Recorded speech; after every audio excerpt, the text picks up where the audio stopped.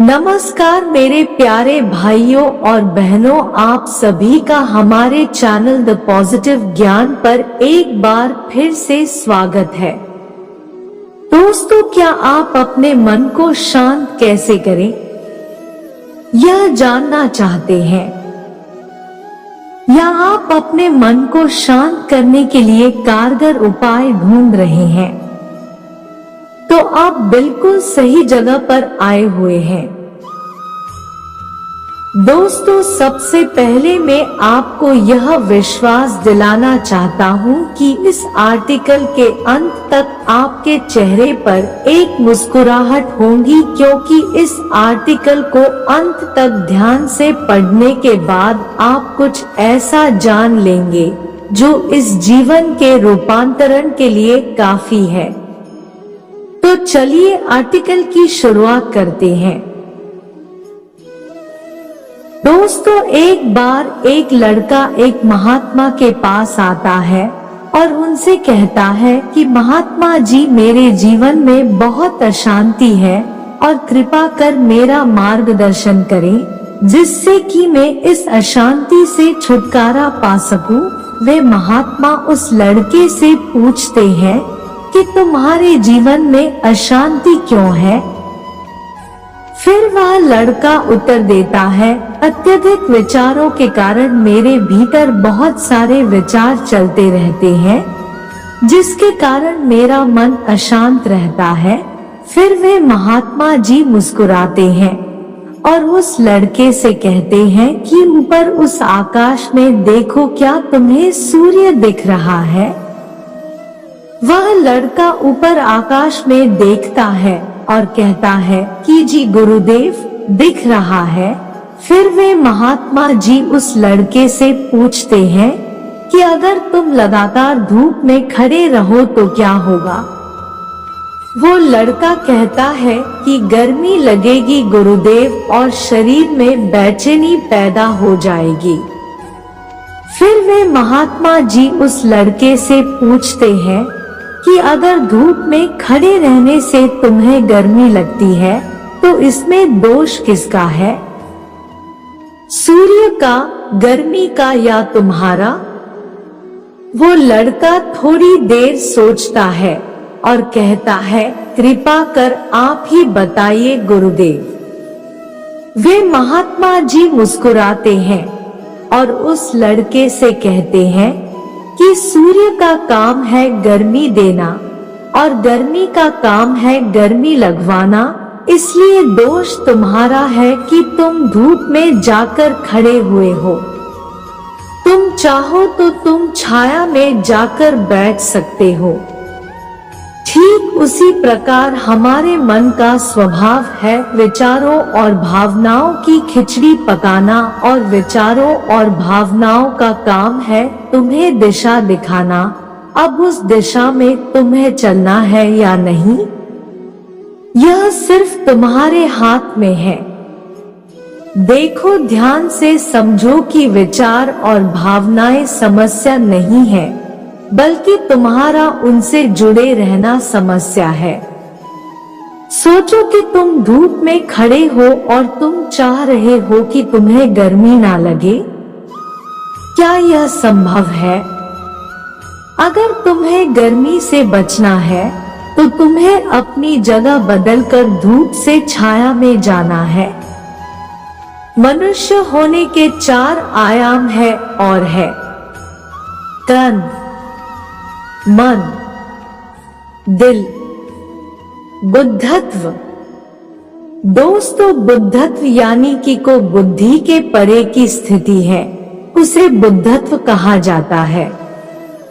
दूसरे और तीसरे आयामों में हमेशा उथल पुथल रहती है, यानी मन में विचार चलते रहते हैं और दिल में भावनाएं होती है, और ये दोनों ही आयाम बहुत ही शक्तिशाली है।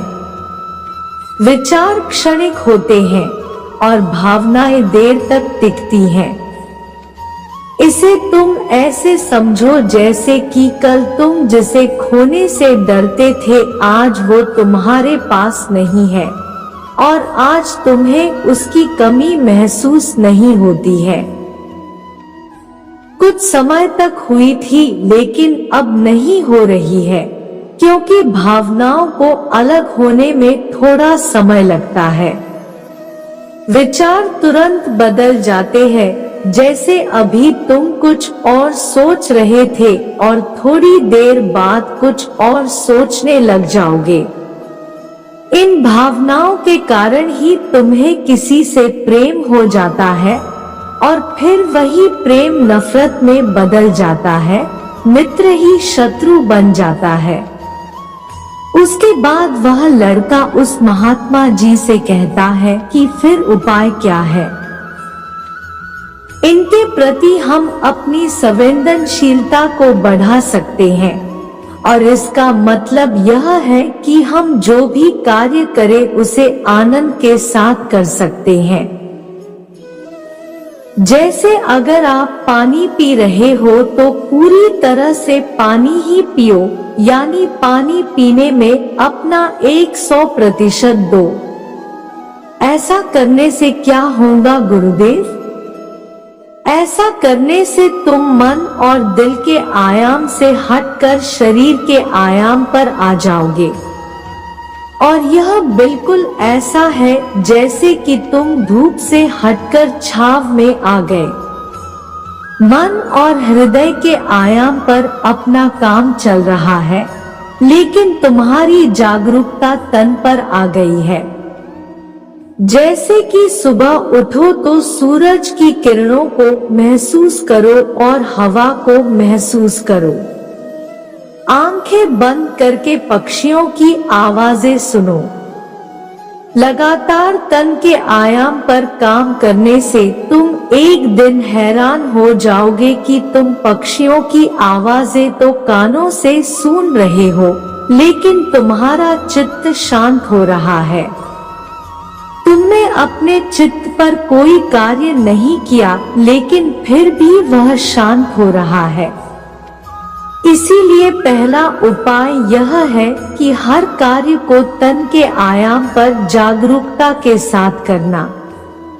और दूसरा उपाय है, फिर वह लड़का महात्मा जी से पूछता है कि गुरुदेव अपने भीतर के सुर को कैसे सुने।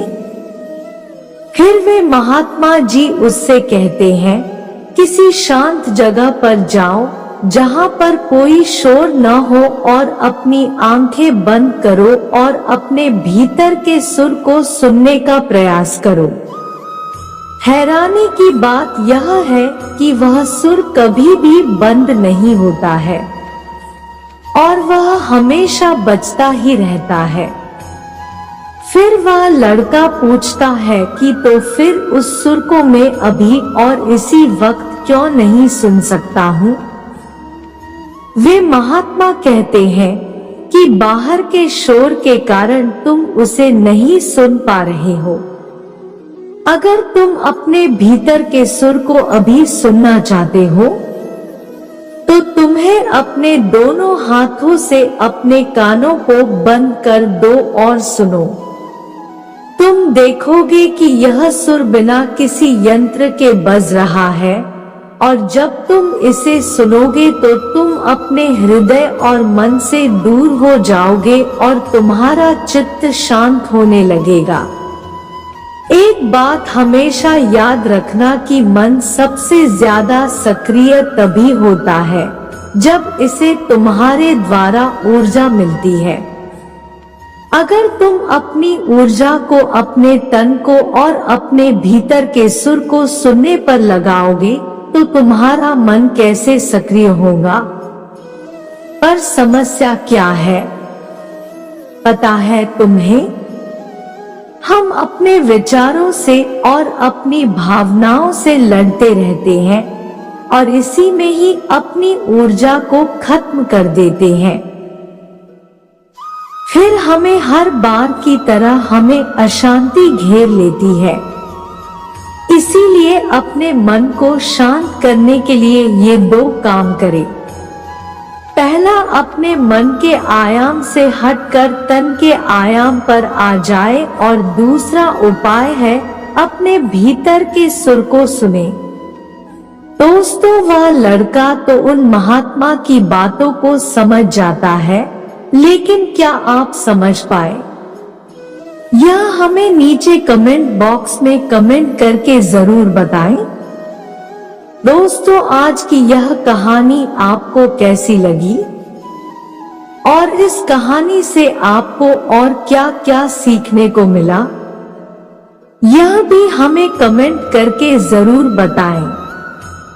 साथ ही अगर आपको यह कहानी पसंद आई होगी और आपके लिए कारगर साबित हुई होगी, तो इसे अपने दोस्तों के साथ इसे अवश्य शेयर करें।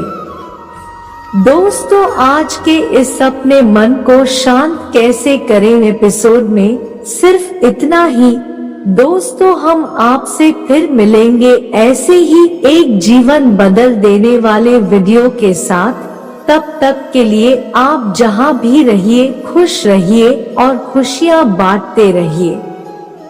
मेरे साथ एक बार बोलिए, जय श्री कृष्णा।